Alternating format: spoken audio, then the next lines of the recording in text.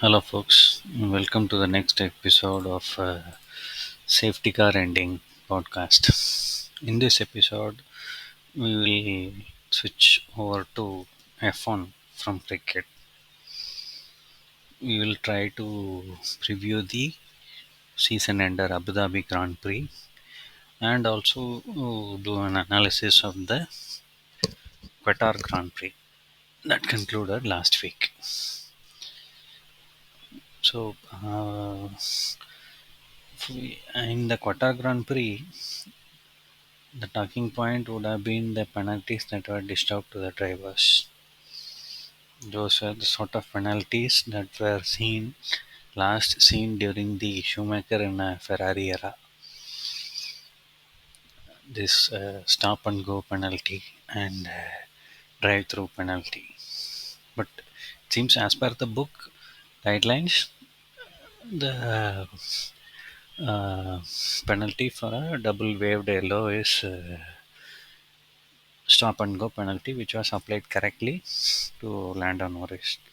So any amount of crying or inquiry interest into the matter will serve no purpose. Andrea Stella saying that there was no immediate danger to anyone because Lando Norris had not slowed down for the double waved yellow. What was he waiting for? Should the debris hit the car and take off someone's neck in the grandstand? After that, the steward should apply the penalty. What for? So he has gone quiet about it. After the race, there was some hullabaloo about it. He was saying this is not right, that is not right. But now during the Abu Dhabi Grand Prix, there is no talk of it anymore. He knew that the penalty was applied right, and he has automatically shut his mouth regarding that. When Lando Norris accepted that it was his mistake, he should have seen the yellow light and slowed down. No, I don't know why the team principal, maybe probably in the heat of the moment, they were saying they were about to lose the constructor title might have been decided if Lando Norris was not uh, penalized. So, so yeah. So out of that, he was whinging. I mean, that penalty was the talk of the town. Even the BBC correspondent, who is British and Lando Norris is British, who wrote that Max Verstappen was instrumental in getting Lando Norris a penalty by communicating on the team radio that Lando Norris had not slowed down, so he should get a penalty. I mean, you can't write anything and everything, just whatever comes to your mind. But the same correspondent, he kept quiet about Lando Norris whinging on the radio uh, about Lewis Hamilton brake testing him when the safety car went through the pits. Hypocrisy. That is called hypocrisy. So, and there were many low points, and coming to the highest low point in the race, what do F1 drivers like to do most? Do some celebrity endorsements, sip a champagne, live the high life in Monaco, attend gala parties. The above may be true, but the basic necessity for a Formula One driver is to drive a Formula One car.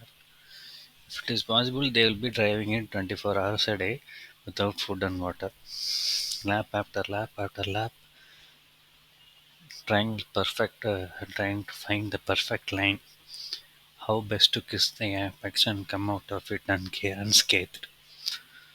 Correct the oversteer, correct the understeer, steer, drive, drive, drive. They love squeezing into this huge F1 car. F1 car in nowadays is very huge, it's like a truck, and they love to squeeze other drivers off the track if they come around the outside to overtake.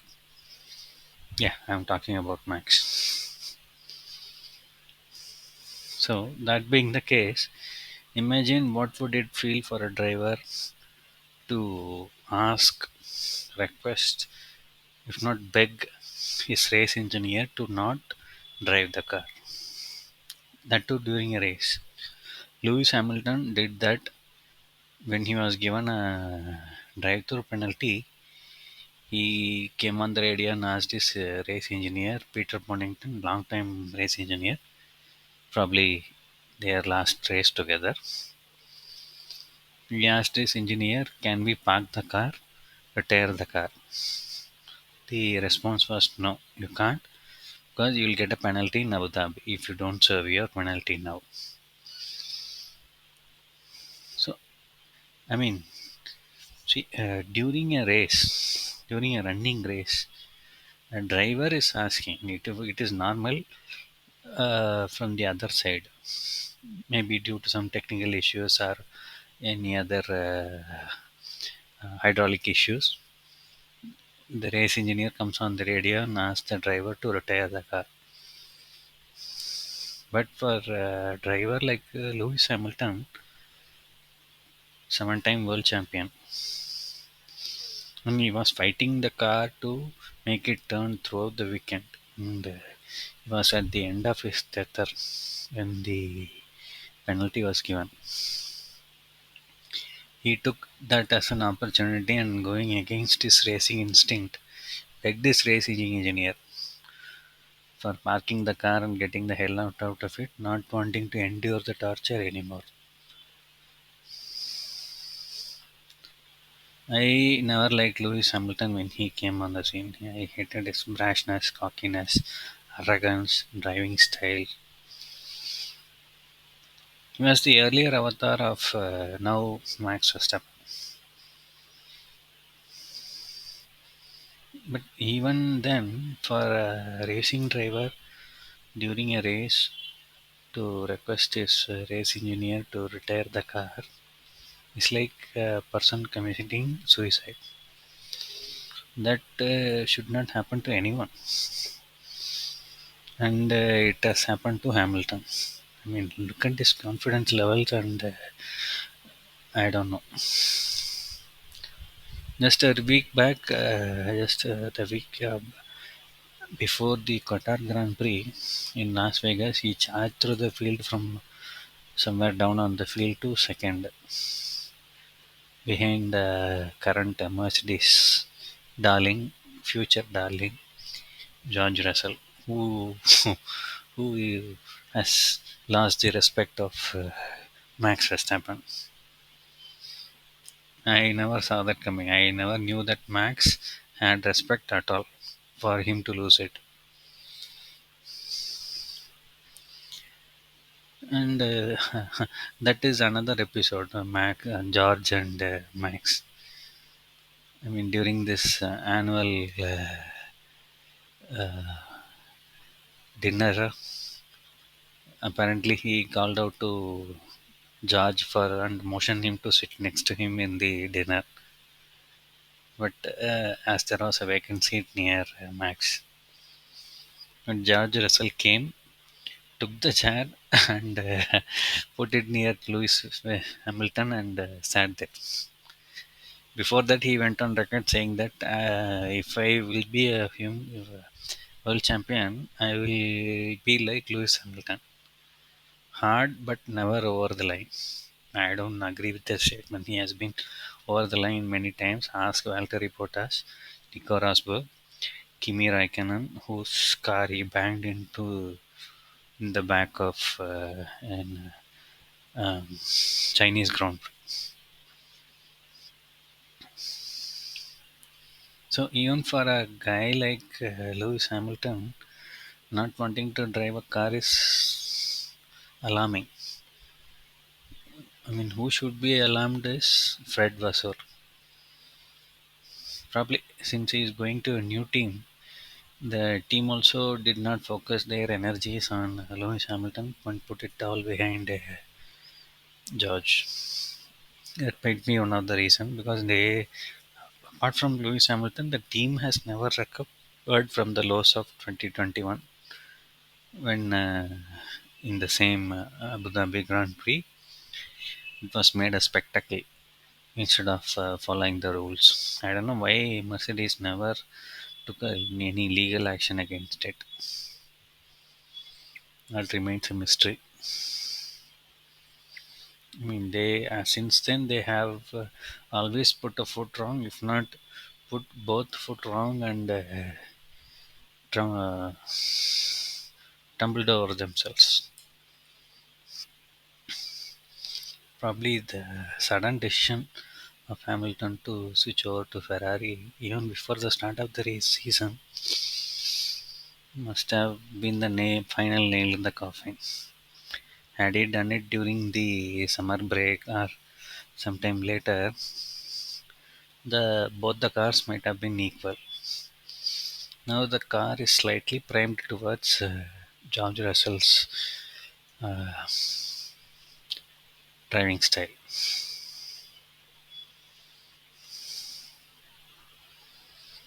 Anyways, so lot of things to look forward to into the this Abu Dhabi Grand Prix. The chief being the constructor title, it will be decided between McLaren and Ferrari. Of course, McLaren have advantage with the 21 points and a greater advantage with the 10th place grid penalty for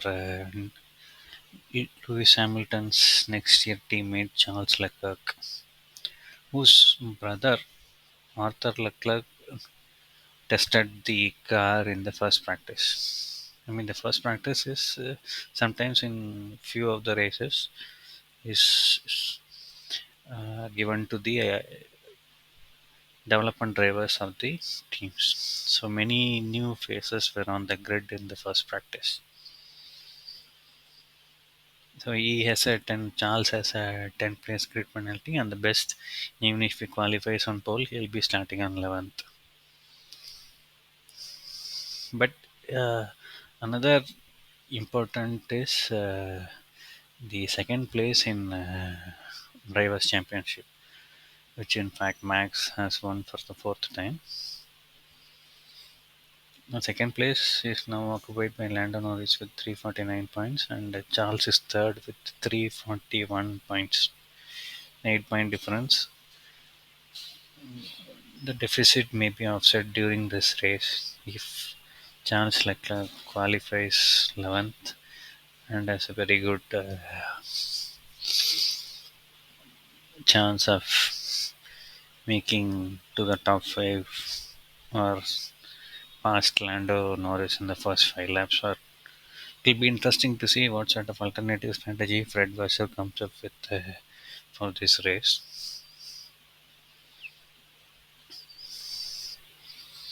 And of course, the lower positions and the middle positions in the Constructors Championship between Ferrari, sorry, Haas and Alpine, and Red Bull sister team RB.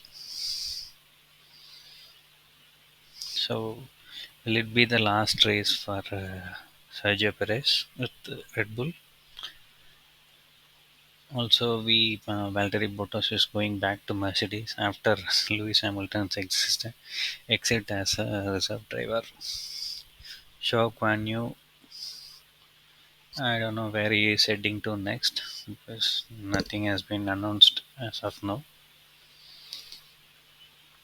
And who will be Max Verstappen's teammate and Sunoda's teammate. Only the two Red Bull team spots are yet to be decided. Liam Lawson may be promoted to the senior Red Bull team, but He's similar to Max. I mean, he looks younger, but he's already 30. So 30 years of age. So let us see how it goes. I will see you after the race. Thank you for tuning in. Until next time.